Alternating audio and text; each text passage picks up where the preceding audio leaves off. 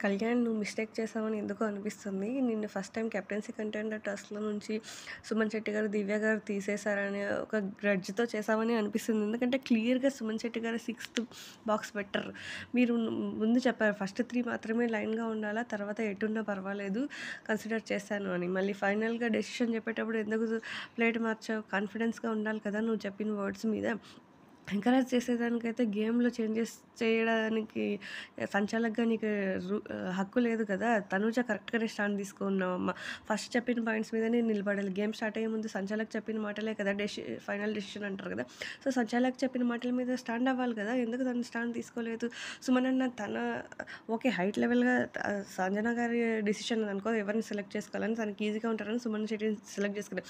కానీ సుమన్ శెట్టి గారు ఎక్కడ తగ్గకుండా తనకు టఫ్ ఫైట్ ఇచ్చాడు. ఎందుకు నిజం చెప్పాలంటే సంజన గారి కంటే ముందుగానే పెట్టేశారు ఈయన సిక్స్త్ బ్లాక్.